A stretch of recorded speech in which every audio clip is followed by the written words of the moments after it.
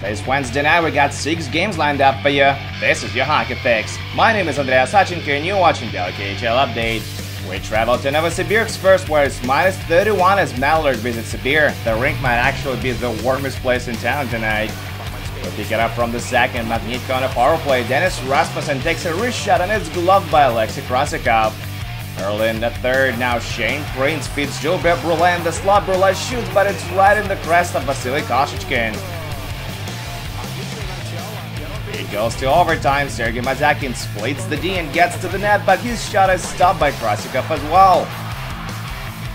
They have to decide it in the shootout and home team prevails. Brulé and Jukka Peltola score for Sibir and they win their 7th game out of the past 8. Sibir still suffer from a horrendous start of the season, but they continue their quest for the playoffs. 1-0 is your final.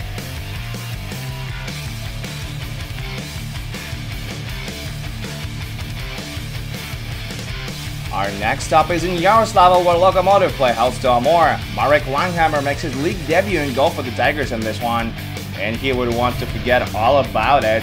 Loko get one pass in just over 2 minutes in as Nikita Chirpanov buries the rebound from inside. They get another goal less than a minute later. This time the New York Titans scores over a dish by Patrick Contiola. Langhammer allows 2 goals on 3 shots and is replaced by Evgeny Alikin just 2:59 into the game. Ouch. Loko put it away with a power play marker late in the second. Patrick Contiola finds the back of the net with just 12 seconds on the clock, and that's game. Alexander Salak stocks 33 shots for his 4th shutout of the year, and Loko take it 3-0 on home ice.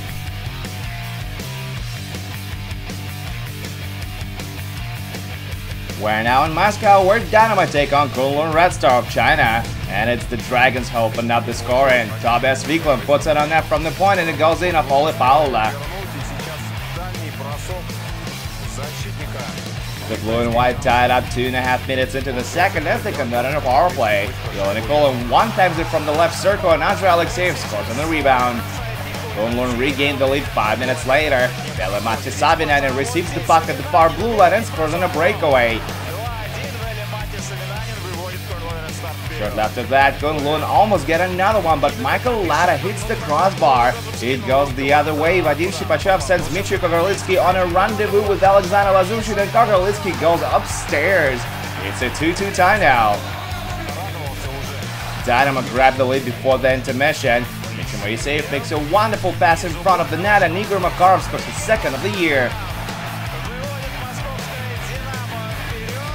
They improved the lead to 4-2 early in the third with another power play marker, and it's Alexeyev again. That's his 2nd of the game and 7th of the year. The Dragons pull back to within 1 a few minutes later as Taylor Beck sets up Justin Fontaine for his 5th. But it won't matter in the end. Dynamo hold on to the 1-goal lead and get a narrow win on home ice. 4-3 is your final on this one.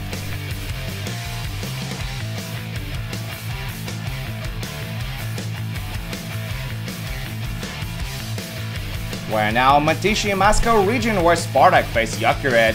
There's no scoring in the first, so we'll pick it up from the second. Yakuret have a man advantage 7 minutes in and they convert on it. Christian Vesalainen scores his 2nd of the season. But the red and white get back even less than a minute later. Alex Kokochev jams it home from inside of Artem Fedorov's feet. It counts off the video review. And then Spartak explode in the third period with 4 unanswered goals. First, Koko scores his 2nd of the game and 13th of the season. This one comes on a power play.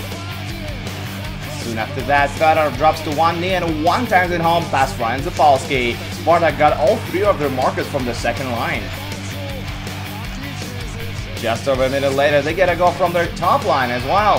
Ilya Zubov has his 7th, while Kasper Zdalgavich and Vladislav Korolnov get the assists. Joker get another man advantage late in regulation, and they pull Zapolsky for the extra attacker down by 3. It doesn't do them any good. Alexander Osipov hits the empty cage, and this one is over. Spartak beat Joker for the first time on home ice in KHL history. Not really their home ice if you want to be technical about it, but it's still a pretty good night for the red and white. 5-1 is the final.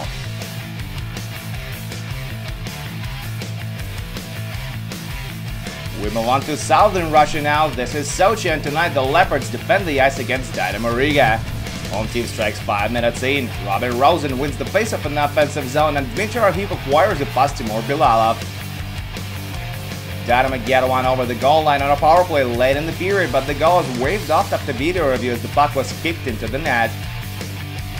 Sochi doubled their lead early in the second. Vadim Hamitsky gets the puck at the right wing, pulls the trigger and scores his first of the year. The puck went in and out, but it did count after video review.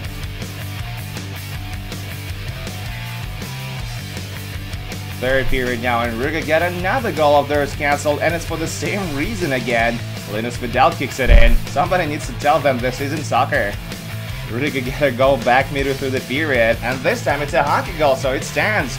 Vidal converts on a power play while Lauris Darzic draws the only assist on the play.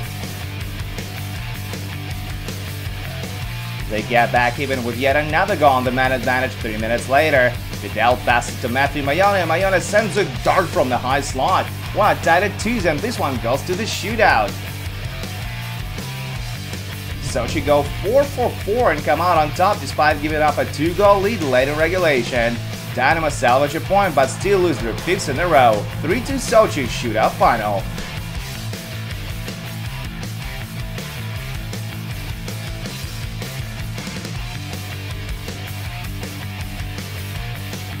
Our last game of the day is taking place in Bratislava, Slovakia. Slovan lays him up against Salavaty Live.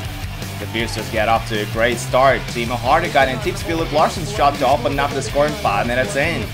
And they double their lead just 32 seconds later. Igor Dabrowski gets the puck in the slot and scores his second of the season, sending Marek Chilek to the bench as he allows 2 goals on 2 shots. Slovan get 2 in a row midway through the second period. First, Rudolf Chervenin has his 9th of the season to cut the lead in half.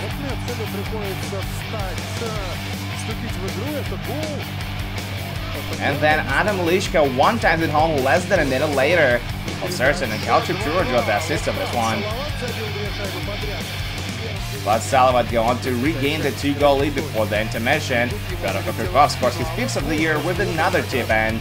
And a couple of minutes later, Dmitry Kugushев converts on a power play to make it a 4-2 hockey game.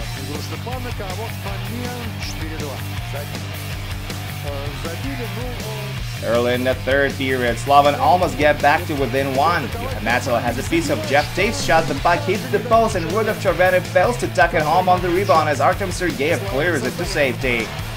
Just after that, Kugrashev steals the puck, kicks it into gear, gets in on a breakaway, and scores another one. That's his 2nd of the game and 11th of the year. That'll do it. Slovan lose their 8th game in a row, while Salavat snap their 4-game skid and finally get over the scoring problem. 5-2 is your final on this one. And that's it for the KHL update, but do come back tomorrow for 5 more games, including SKA St. Petersburg versus Akbars and Red Army against Avangard. My name is Andreas Sachenko, thank you guys so much for watching, and I'll see you again soon.